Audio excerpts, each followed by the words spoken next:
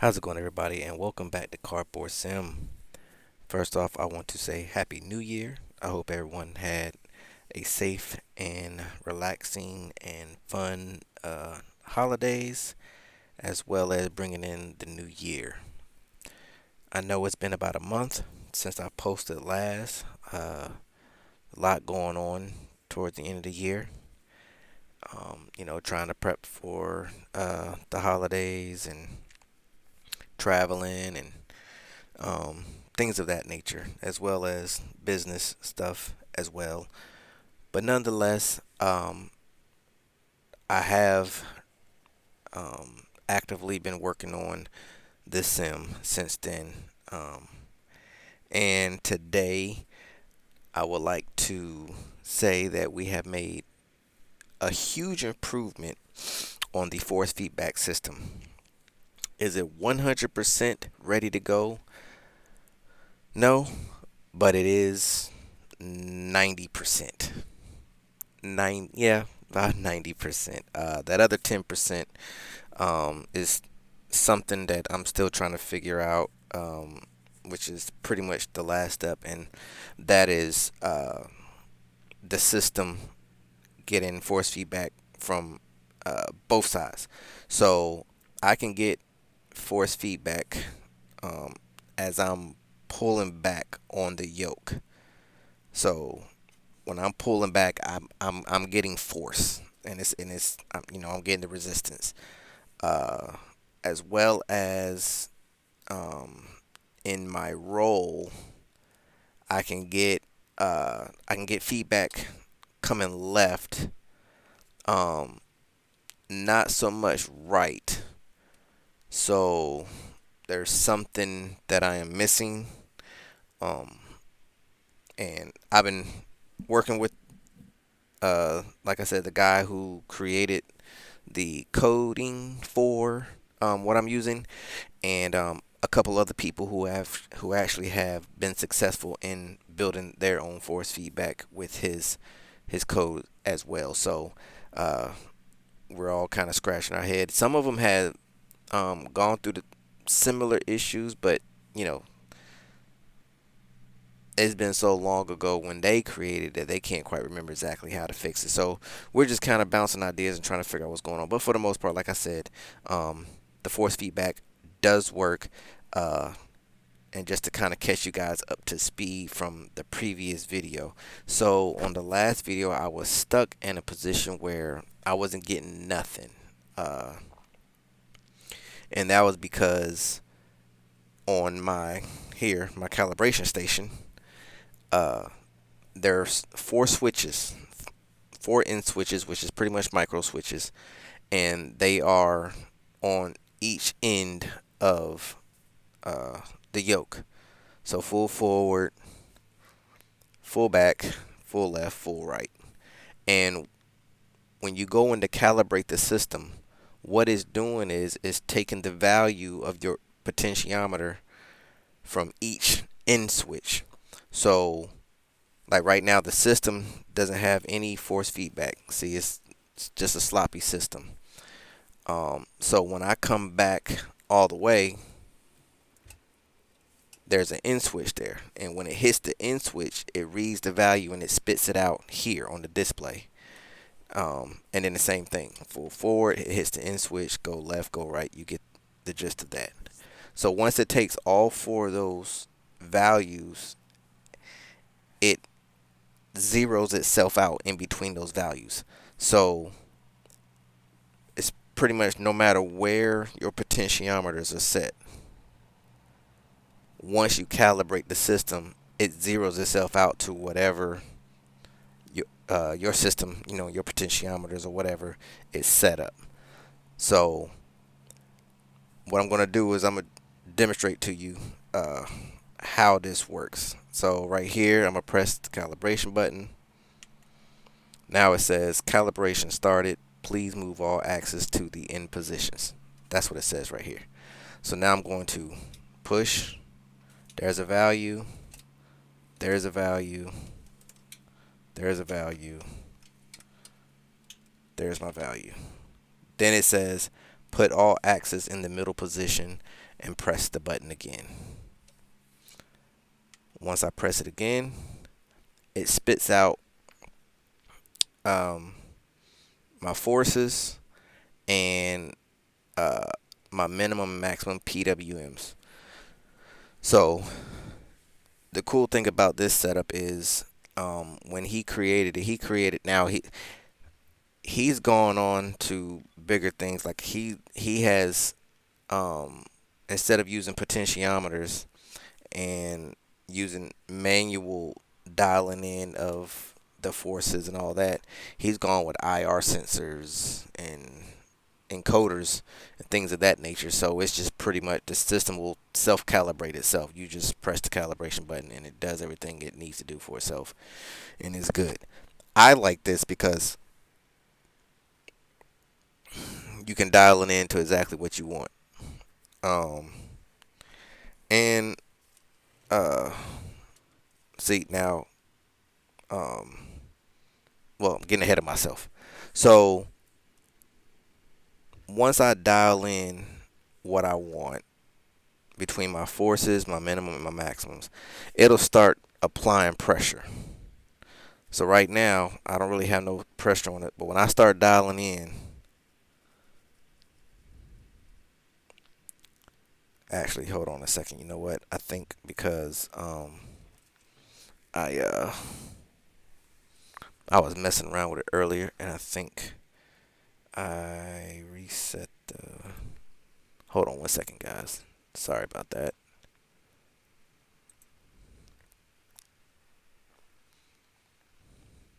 Now, sometimes, if you're constantly doing stuff kind of in the background and moving stuff around, sometimes, the Arduino IDE will kick itself offline, or the Arduino will kick itself offline.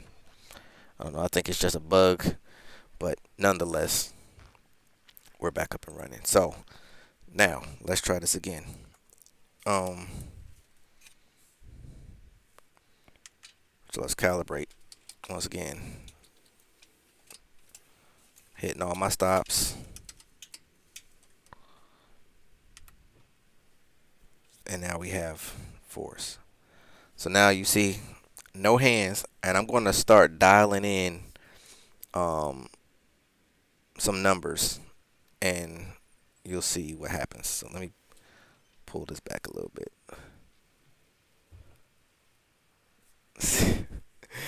So now, as you can see,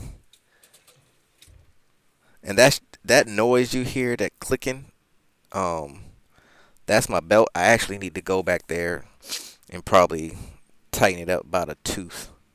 I think maybe one or two more teeth will just tighten the tension up. So it'll, because it jumps a little bit, but not enough to really disturb the system too much. But as you can see, I'm pulling back.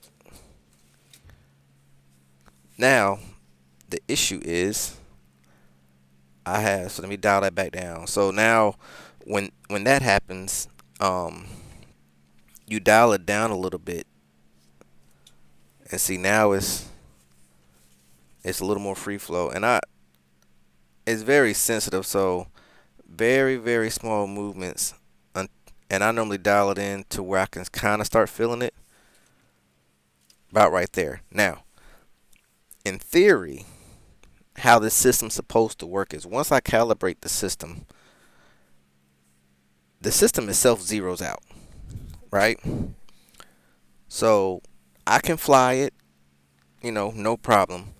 But how it's supposed to work is not only does the system itself zeroes out, but the yoke's supposed to center itself out as well. So I should be able to pull this back and it should go to center, as well as push forward. It should spring back, back to center. And that's where I'm having the issue. So that's the other 10% that's missing to this whole puzzle. But as of now, the system does work, as you can see. And let me tell you, the first time I took it up, I've been playing around with it for the last couple of days. I just wanted to make sure that it wasn't a fluke. I want to make sure that what I have right now is actually solid as it sits before um, I shoot this video. So with that being said, let me tell you, it has changed the game in simulation for me. Now, anybody who's ever used a force feedback yoke um, understands how phenomenal um, it is when it comes to flying and feeling the pressure as you're flying along. Um, it's one thing to have it on the joystick, like the sidewinders, but to actually have it on a yoke, and and I'm not knocking, you know, the big companies like Bruner and stuff who actually have very very top quality force feedback yokes. That's just that's out of a lot of people's range. And me personally, I mean, I guess if I had that kind of money to just throw at it, I probably would have went ahead and bought me one and been done with it. But I always like a challenge, and this is a DIY sim, so I kind of want to keep it that way to the best of my ability. And yeah, so to be able to research and just learn, I've spent this last 2-3 months. I think I've been working on this thing, probably even longer. Honestly, I can't even remember how long I've been working on it. But I've learned a lot when it comes to coding in Arduino. Uh, I've learned a lot as far as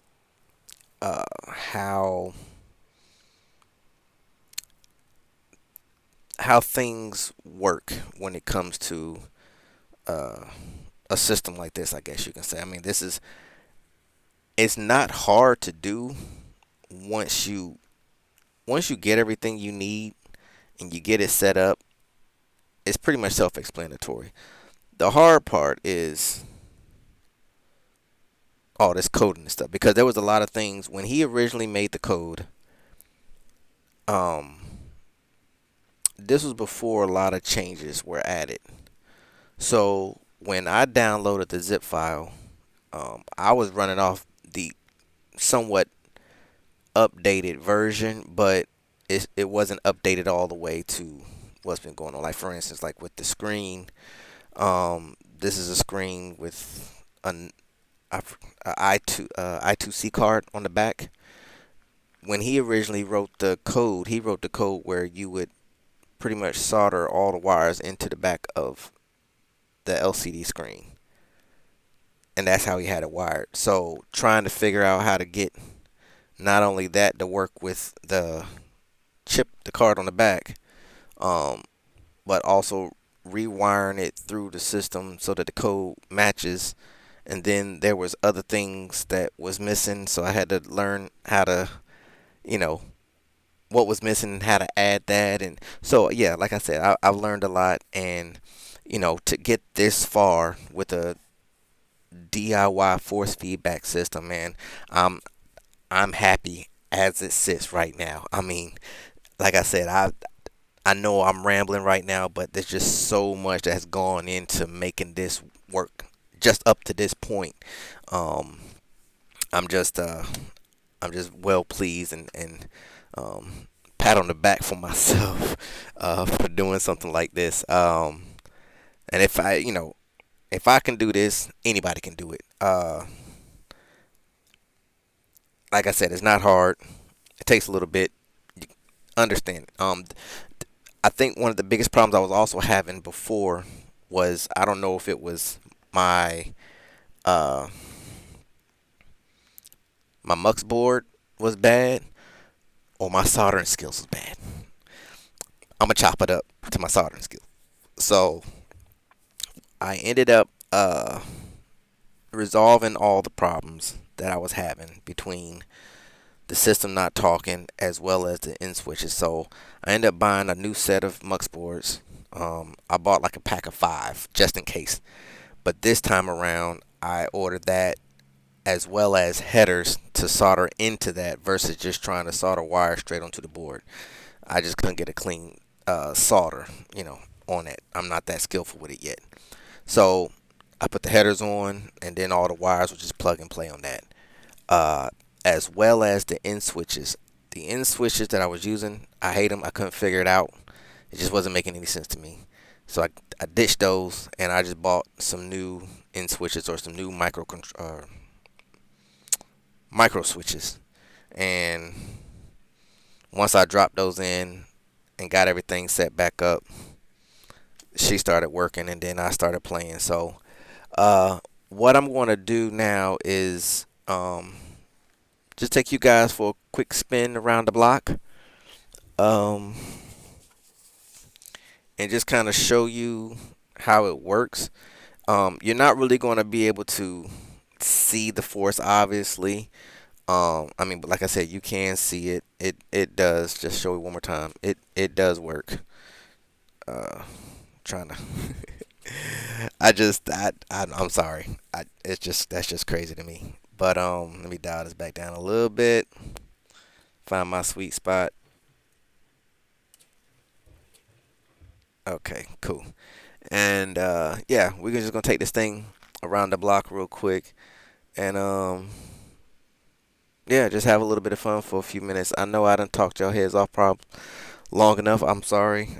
Just so much information to give in regards to this, as well as since the last video. So without further ado, let's get this thing cranked up. I am sitting here at one of my favorite airports to play around at, St. Martin, Princess Juliana Airport.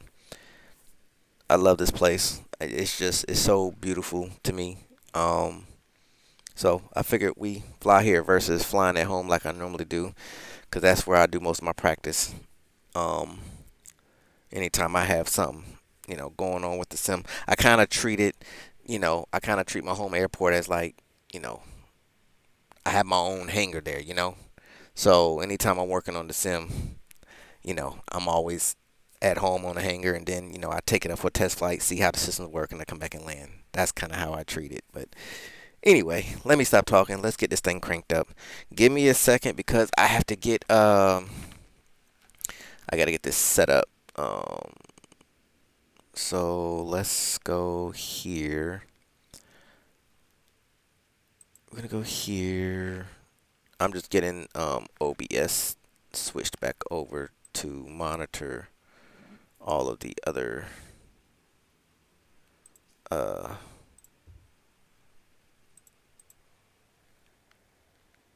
monitors as well. So let me just check this real quick. I think we'll be all right. We should be okay. I just want to make sure that it's changing.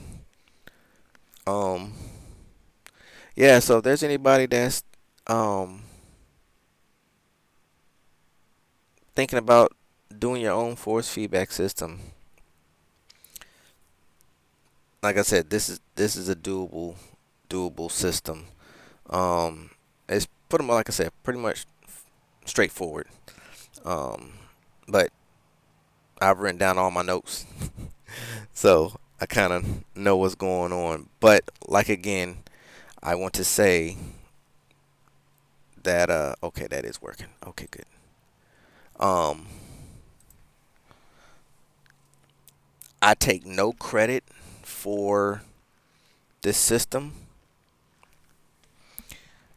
I have, and the guy, if I remember correctly, if not, I'll leave his information down in the description below. Check him out. He has his own channel. This guy is the man with the master plan. He's the one who did the coding and built all of this. And like I said, all I did was just took his idea, which he's actually given away for free. I mean, you can't beat that. Uh, and I just applied it to my sim. That's all I did. So this is not my project. I just want to let y'all know that he takes full credit for it. But I am willing to help anybody out that is willing to do this if this is the way you want to go. There's other people out there. I forget the guy's name, but he's built his own little force feedback system. I think he's putting in like an A2A Comanche sim he's building. Amazing product. I actually like his too. His is good. And there's a few other people out there that's done their own thing. But if this is something like I said you want to try, let me know, and I can kind of point you in in the right direction to get yours started. So without further ado, let's get rolling. Let's get some power on up. Here we go. Wait a minute. We have lost power in the sim. What we got going on? I tell you. There's never a dull moment in a sim.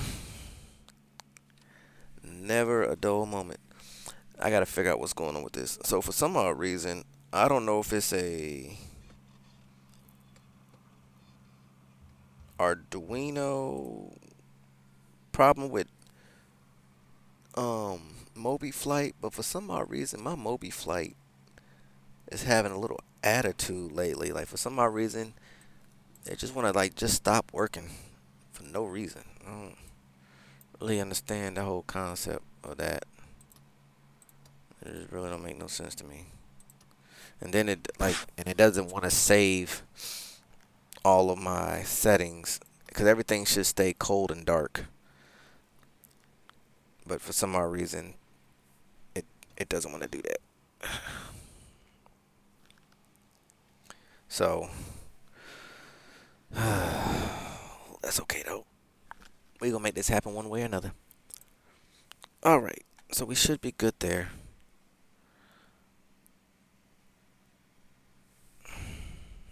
No, we're not good there because that is on and it should be off. Yeah, see, all of my switches gets thrown off for some odd reason. I don't know why. So that's another problem. Like I said, there's always something going on in the sim. For anyone who has one, you understand how this works. Okay. So we're good there.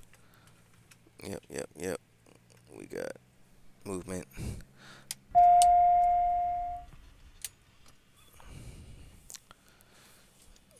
Let's go left tank.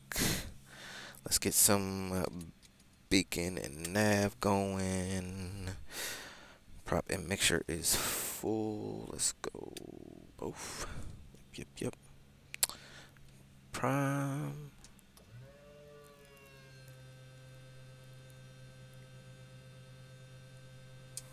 Okay. Let's get it started.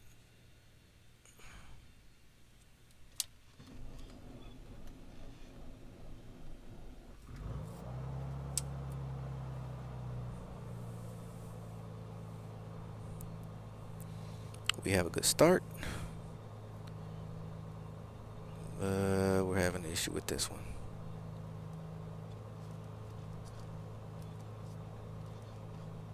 Let's reset that. Oh, I tell you, man, there's always something going on. Always something going on.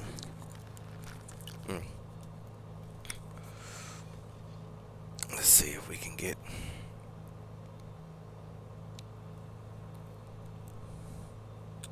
You are connected and we are back up and running. Okay, good to go. Alright, so we are just going to, like I said, take off, fly around for a couple seconds, and bring it back in. Let's get some taxi lights and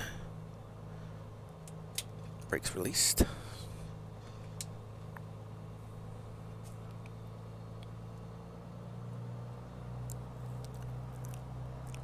One thing that I've learned with this sim, and I think something that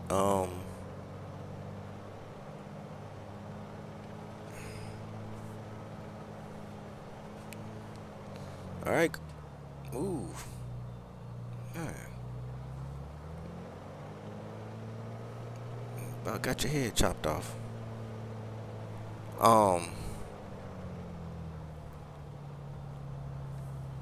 That's a little loud. Let's bring that down a little bit.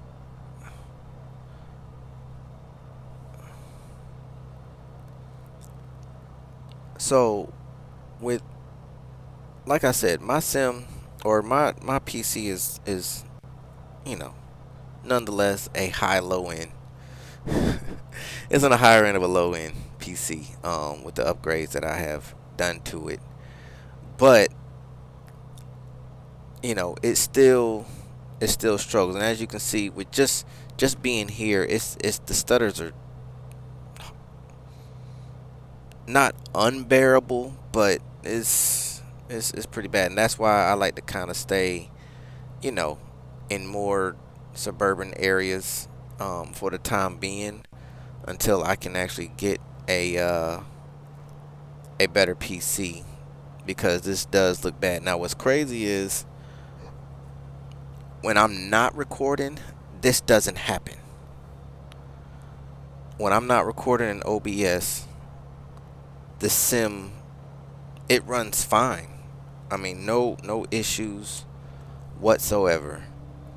And I don't think it really has nothing to do with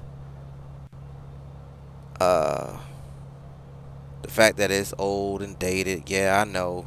For everybody come into the comments and say all that crazy stuff. That's what bothers me about some of these flight sim groups, man. These guys get in here and all they care about is who has the 4090, the i9 13 and 64 gigs of RAM and chasing FPSs.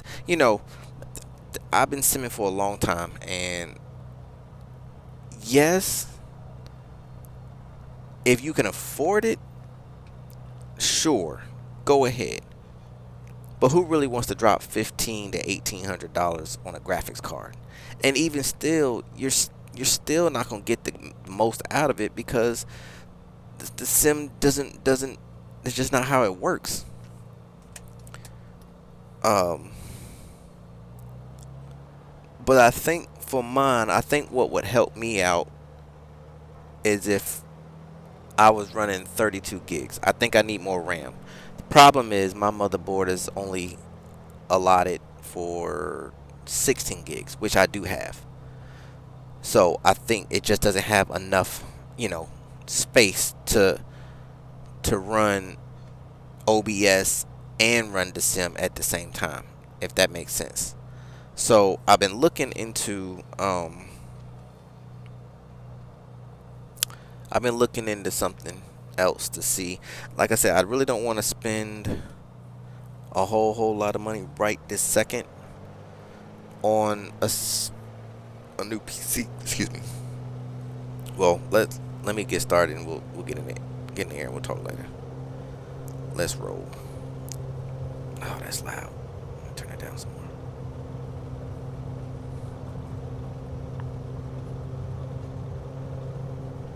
I just lost connection again. See, this is what I know. Wow. Okay.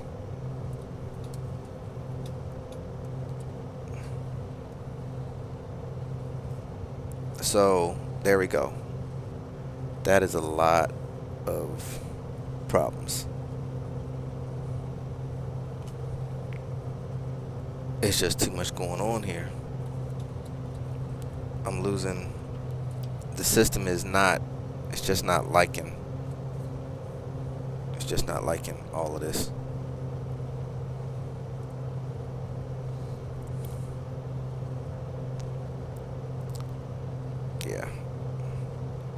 Yeah, we're gonna go and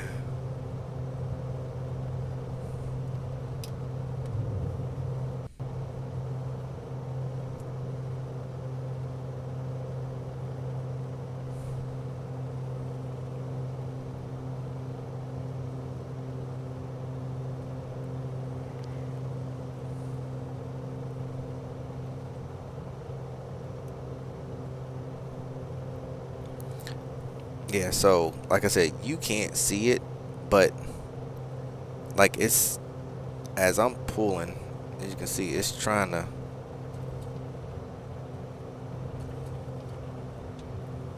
So that's cool. You can really feel the forces in it. And I don't have the force dialed in a whole lot, not right now, just because I'm still trying to figure out, the other issues at hand.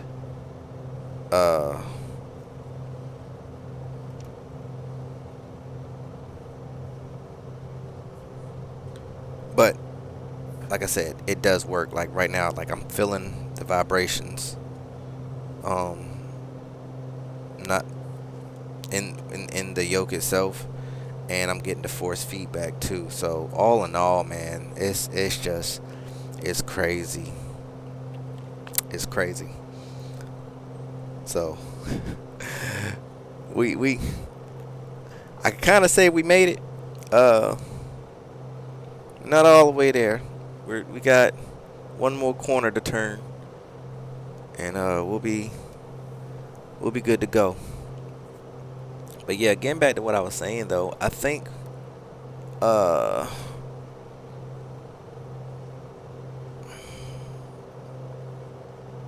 I think some more RAM would do me some good, but I can't with this motherboard. So what I'm thinking about doing is, for now, is getting a 4790K, throwing 32 gigs in there with the 2080 Super. Now I know that the 47K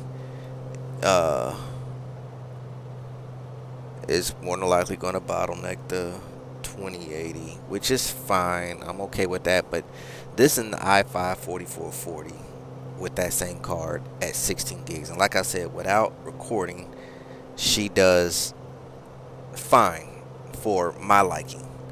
Um, I don't chase FPS, like I said. I think it's crazy because you wasting time. If it runs smooth and it runs good enough for you, then hey, it runs good enough for you. Who cares? So I'm thinking a 4790K with 32 gigs of RAM would be all I need to keep the same settings I have, and I'm high. So we just gonna kind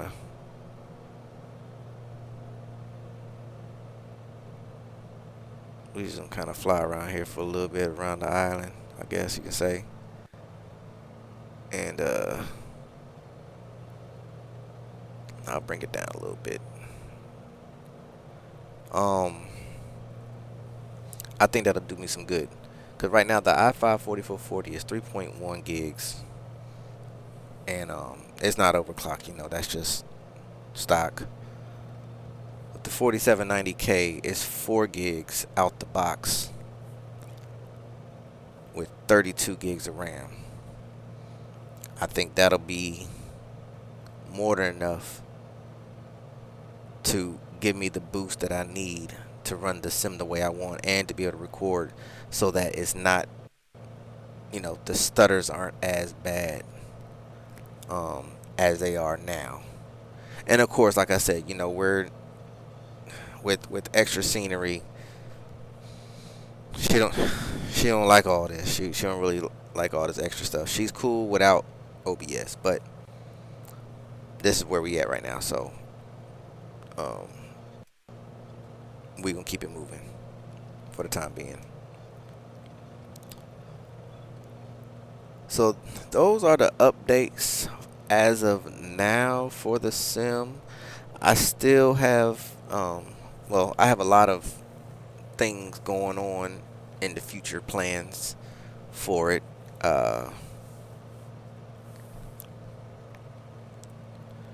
Like I said, I want to link my yokes together. I mean, not my yokes, but I want to link my my rudder pedals together. I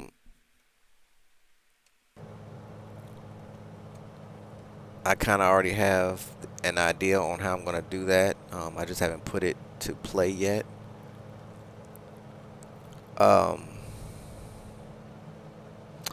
What else? Like I said, I want to clean up the AC system that I have here. I got two fans I want to swap out, and add another one plus a cooler. I've been looking around on Amazon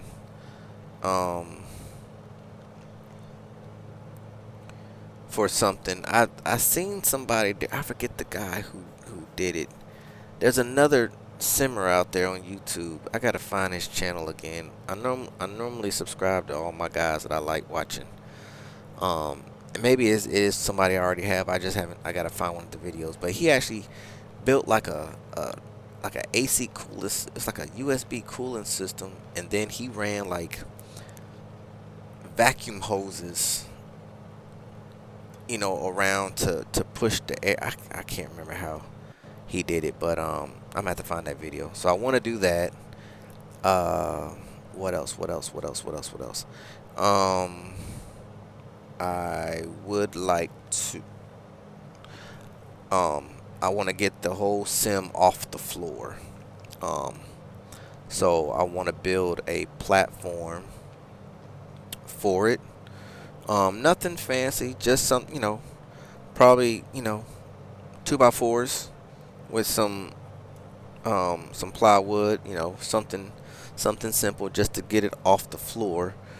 So one, I don't have to keep bending down as far. And for two, let's get first notch of flaps in. And yeah, you see, this is what happens when there's too much going on. Anytime it starts recording, things start falling off. Like on takeoff, if you didn't see what's going on, everything kind of went haywire. Because my 6-pack went offline. Now my 6-pack is on board, and now my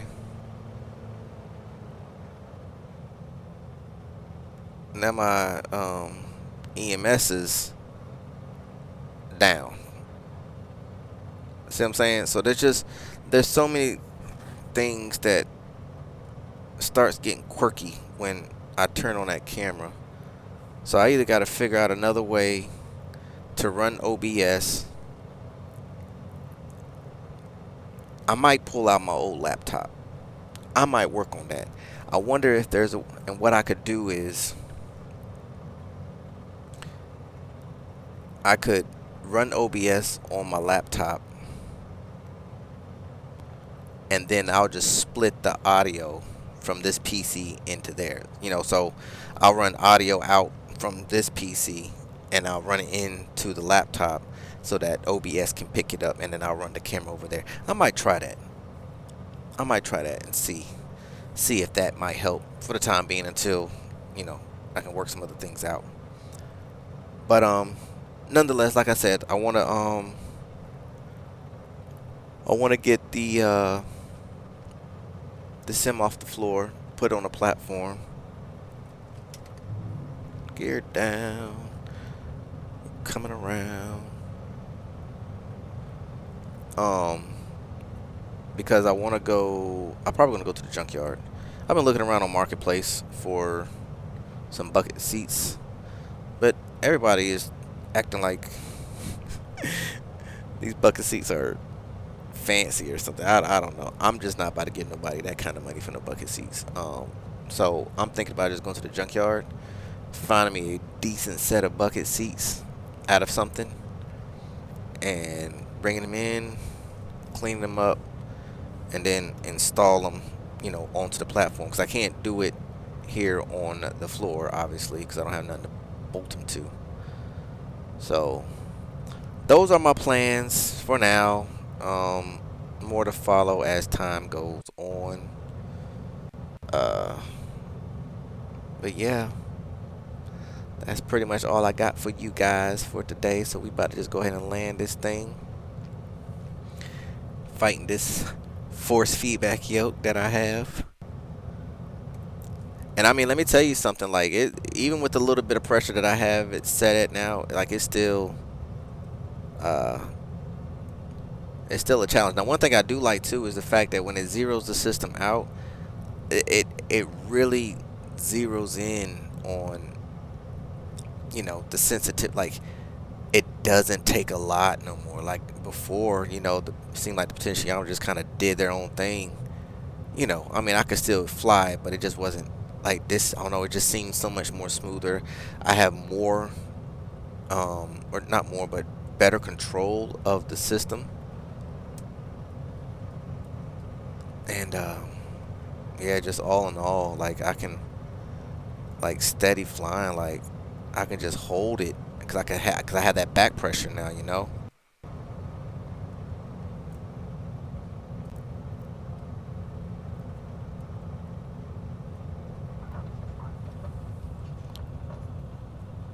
Yeah, I mean, even with that, like feeling the pressure, like it just it really changes how to fly in the sim. If you've been following me enough, and you will see, like when I am flying, one of my biggest issues I had was on landing. My flares were, I don't know, I would always flare too much. But this, now that I can feel it, um, it'll just, you know, hold right where it needs to be. So yeah, man, that's where we're at with it. I'm just gonna come back over here. And matter of fact, I'm gonna come over here and I'm gonna turn the opposite way than they had me, so we can look at uh,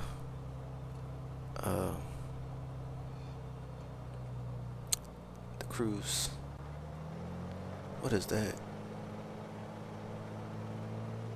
I don't know. I'm trying to figure out what that. Oh, come on, turn around. Yep, yep. Where'd you come from? You wasn't even there. See, get up off me.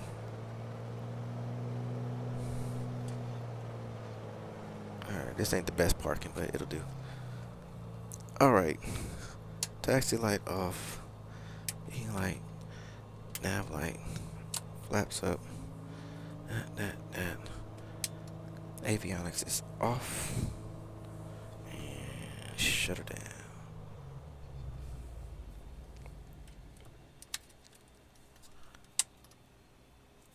And there we go. Hope you guys enjoyed this video. I know it was kind of long-winded.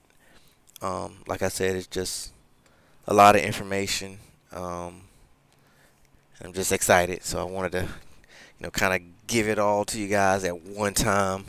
And now that I got my New Year video out of the way, I can start breaking things down a little better. So, yeah, that's it. I hope you guys enjoyed it. Like I said, Happy New Year, and we will catch you on the next go around. This is CardboardSim signing out.